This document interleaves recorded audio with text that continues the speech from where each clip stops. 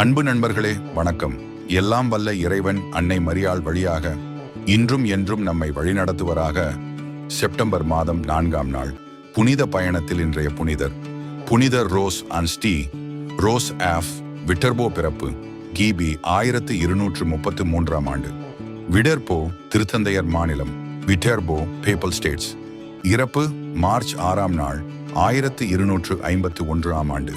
விடர்போ திருத்தந்தையர் மாநிலம், விட்டர்போ papal states. புனிதர் பட்டம் 1457ஆம் ஆண்டு.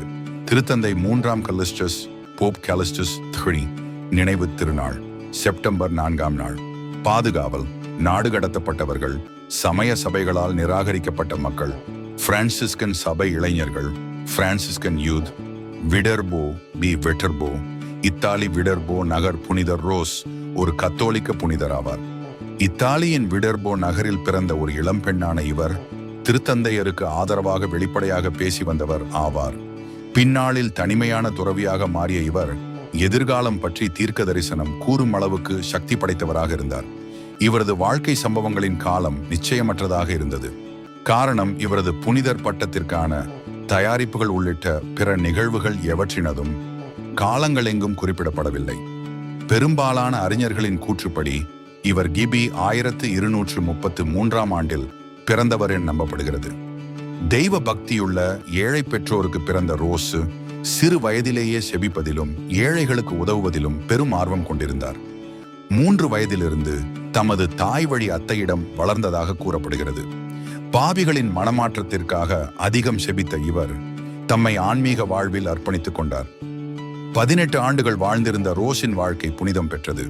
சிறு பெண்ணாயினும் ரோஸ் ஜெப வாழ்விலும் வறியோருக்கு உதவுவதிலும் மகிழ்வு கொண்டிருந்தார். பெற்றோரின் வீட்டில் இருந்த போதே மிகவும் இளம் வயதிலேயே இவரது தவ வாழ்வு தொடங்கியது. மிகவும் கடின வாழ்க்கை வாழ்ந்த ரோஸ் ஏழைகளின்பால் தாராள மனம் கொண்டிருந்தார். இவருக்கு 10 வயதாகும் முன்னர் தேவ அன்னை கன்னி மரியாள் இவருக்கு தோன்றி 3ஆம் நிலை Franciscan Third Order of Saint Francis சபையில் இணைந்து விடர்போ நகரில் தவ முயற்சிகளை போதிக்குமாறு அறிவுறுத்தியதாக கூறப்படுகிறது. அக்காலத்தில் தூய ரோம பேரரசர் ஹோலி ரோமன் எம்பரர் 2ஆம் ஃப்ரெடரிக் II ஆட்சியில் இருந்தார். விரைவிலேயே பிரான்சிஸ்கன் சபையில் இணைந்த இவர் சபையின் சீருடையான சாதாரண அங்கியை அணிந்து கொண்டார். தெருக்களிலே நடக்கையில் கைகளில் சிலுவையொன்றினை ஏந்தியபடி செல்லும் இவர் கத்தோலிக்க திருச்சபைக்கு விசுவாசமாக இருக்கும்படி பிறருக்கு அறிவுறுத்தியபடி செல்வார். பாவங்கள் பற்றியும் இயேசுவின் பாடுகள் பற்றியும் போதிக்க தொடங்கினார்.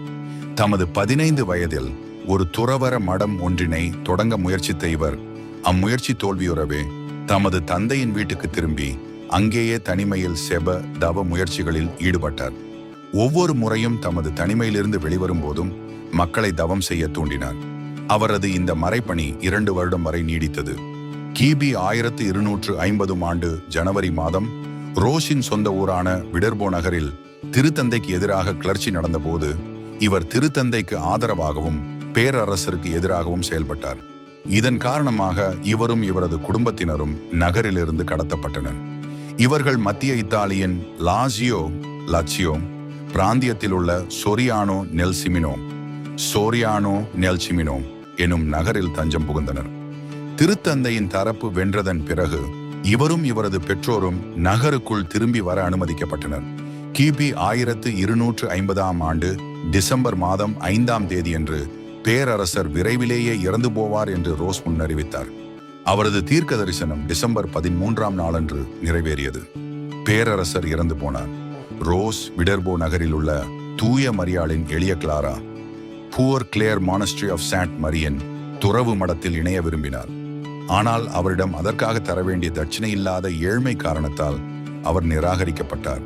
அவர்களது நிராகரிப்பை ஏற்றுக்கொண்ட அவர் ஆயினும் அவரது இறப்புக்கு பிறகு மடாலயத்திற்கு அவள் அனுமதி அளிப்பதாக முன்னறிவித்தார். இவரது முயற்சி தோல்வியடையவே இவர் தமது தந்தையின் வீட்டிலேயே ஜெப தவ வாழ்வினை தொடர்ந்தார். அங்கேயே தமது 18ஆம் வயதிலே ரோஸ் மரணமடைந்தார். முக்கிய திருத்தலம் புனிதர் ரோஸ் ஆலயம், விடர்போ, இத்தாலி. Church of Saint Rose, Viterbo, Italy. புனிதர் ரோஸ் டி விடர்போ கத்தோலிக்க ஆலயம், Longview, Washington. Saint Rose de Viterbo Catholic Church, Longview, Washington. அன்பு நண்பர்களே, தினமும் இன்றைய புனிதர்கள் மற்றும் வாசகம் மறைவுரை கேட்க நமது சேனலை ஜெய்சன் சஹா ஜே சேனலை லைக் மற்றும் சப்ஸ்கிரைபர் செய்யுங்கள் மற்றும் உங்கள் நண்பர்களுக்கும் ஷேர் செய்யுங்கள்.